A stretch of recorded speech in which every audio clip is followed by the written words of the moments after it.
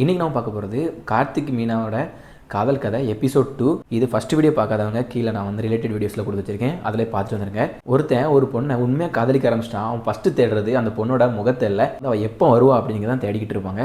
இப்போ தான் நம்ம சேனலுக்கு ஃபஸ்ட் டைம் வரைக்கும் மறக்காம சப்ஸ்கிரைப் பண்ணி பெல் ஐக்கனை கிளிக் பண்ணிருங்க. அப்போ நான் போடக்கூடிய எல்லா வீடியோஸ் உங்களுக்கு வந்து சேரும். அப்படி நான் போடக்கூடிய வீடியோக்கு ஒரு லைக் பண்ணிருங்க. ஏன்னா வியூஸ் வருது, பட் லைக் அந்த அளவுக்கு வரல, அதனால் லைக் பண்ணிருங்க. கார்த்திக் வந்து மறுநாள் காலையிலே காலேஜுக்கு ரொம்பவே சீக்கிரம் கிளம்பி வந்துட்டு கையில் ஒரு நோட்டையும் வச்சுட்டு உட்காந்துருக்காரு.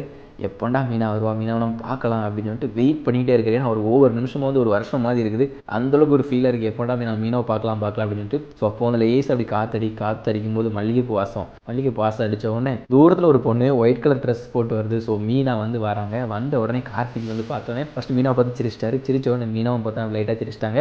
அதுக்கப்புறம் பஸ் வந்துச்சு. பஸ் வந்து 2 பேரும் பஸ்ஸில் ஏறுறாங்க. பஸ் வந்து பயங்கர க்ரௌடாக இருக்குது இன்றைக்கி. க்ரௌடாக வந்தோடனே இப்போ வந்து மீனாக்கு வந்து பார்த்திங்கன்னா உட்காரதுக்கு இடம் கிடையாது. கார்த்திக் வந்து ஃபஸ்ட் இடத்துல உட்காந்துட்டாரு. உட்காந்து மீனாட்ட சொல்கிறாரு, மீனா நீங்கள் உட்காருங்க அப்படின்னோடனே, இல்லை பரவாயில்ல நீங்கள் உட்காருங்க அப்படின்னு சொல்லிட்டு மீனா சிரிச்சிட்டே சொல்கிறாங்க.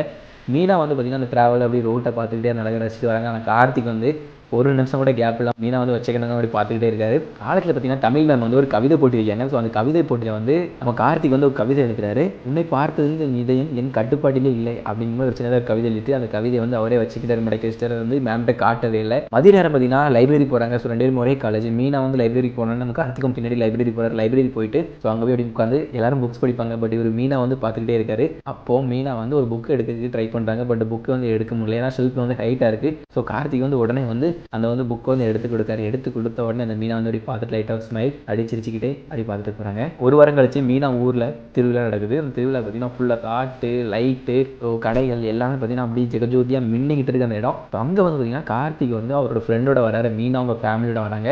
வந்திருக்க டைமில் மீனா வந்து பார்த்த உடனே அப்படியே வர மாதிரி இருக்காங்க கார்த்திக். அந்த கார்த்திக் வந்து பார்க்குறாரு, அப்படி ஐட்டு வாய் பார்க்குறாரு. பார்த்த உடனே மீனாக்கு வந்து ஒரு நிமிஷம் அப்படி என்ன பேசுறது இல்லை, 2 பேரும் அந்த உலகத்திலே இல்லை. ஸோ வெளி உலகத்துக்கு போயிட்டாங்க அப்படிங்கிற மாதிரி வந்து அவ்வளோக்குள்ள ஃபீல். ஏன்னா ஃபோன் கிடையாது பேசுகிறதுக்கு, மெசேஜ் பண்ண முடியாது, எதுவும் பண்ண முடியாது. இந்த மாதிரி அப்பப்போ வெளியே பார்க்குறது சில ஒரே வார்த்தைகள் பேசுகிறது இந்த மாதிரி தான் இருக்கும்.